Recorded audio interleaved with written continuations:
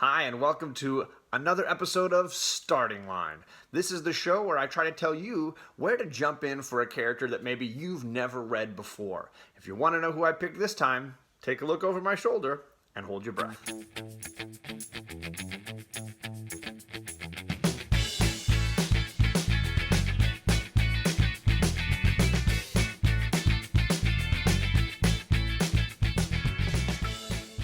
That's right, I'm looking at Jane Foster's run as Thor. This is a very controversial run because a lot of people felt very protective of Thor and didn't want to see Thor reinvented or reimagined. I will say, I didn't feel that way about Thor, and I did enjoy seeing a character that was very old like Jane Foster be reinvented and function in a new way in the current Marvel Universe. It was a lot of fun to take a character that appeared back in 1968. Jane Foster first appeared in Journey into Mystery number 84, the second issue that had Thor in it. And to see a character from 1968 become reimagined so significantly by writer Jason Aaron made for a very impactful read from my perspective.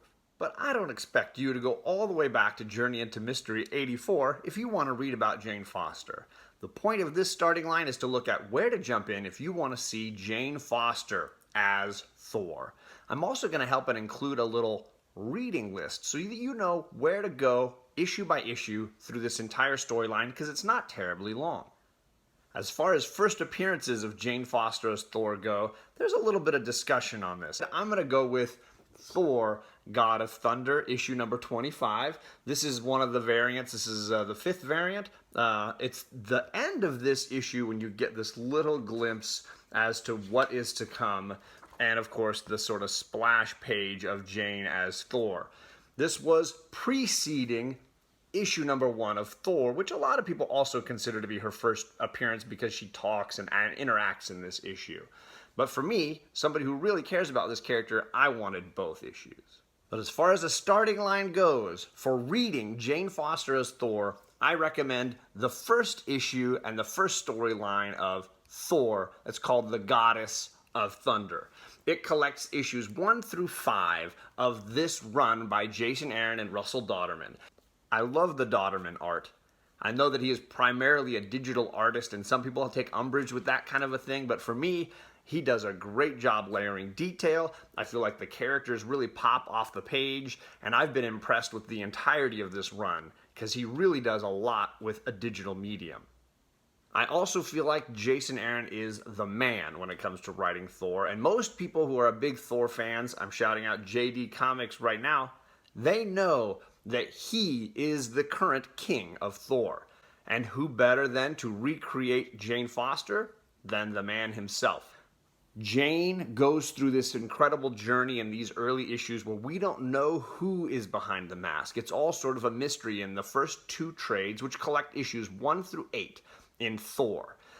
These issues set up the dilemma of a character revealing their identity to people who are very suspicious of the new wielder of Mjolnir, the hammer of Thor.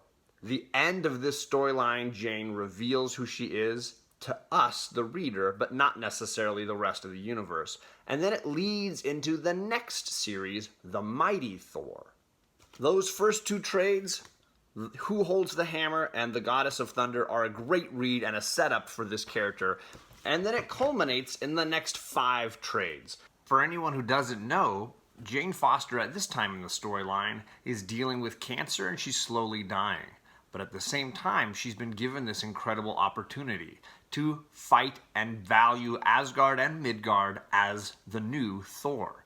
The problem is, every time she uses the hammer, it cleanses her body of the chemotherapy that's keeping her alive.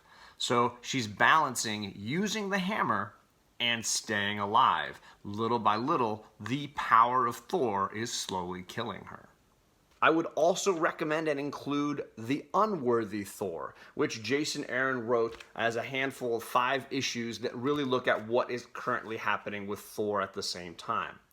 Where that trade fits in is a little tricky. I would recommend reading the 2 trades of Thor, which cover issues 1 through 8, that is the starting line here, then jumping into The Unworthy Thor in those 5 issues before completing the run with The Mighty Thor. I know I'm throwing a lot of comic books at you. I want to mention one more run that I would be a disservice if I didn't mention it. Knowing and understanding why Thor had dropped his hammer and was unable to pick it up is a big part of this storyline. And me, as a reader who jumped into this, was desperate to know that answer. So you need to kind of go back and read Original Sin, which is an 8-issue miniseries that was sort of an event comic at Marvel. And at the end of this, there's a moment when Thor sets down the hammer. And we don't quite know why he does it, but we get to see that moment, then get the answer in this Jason Aaron run. So if I were the completist and wanting to read it all, and I am, I would include the Original Sin 8-issue run as sort of part of this storyline. So that's it. That's the starting line if you're a Jane Foster Thor enthusiast or somebody that wants to get into it. I recommend Thor issues 1 through 8 as the place where you can start.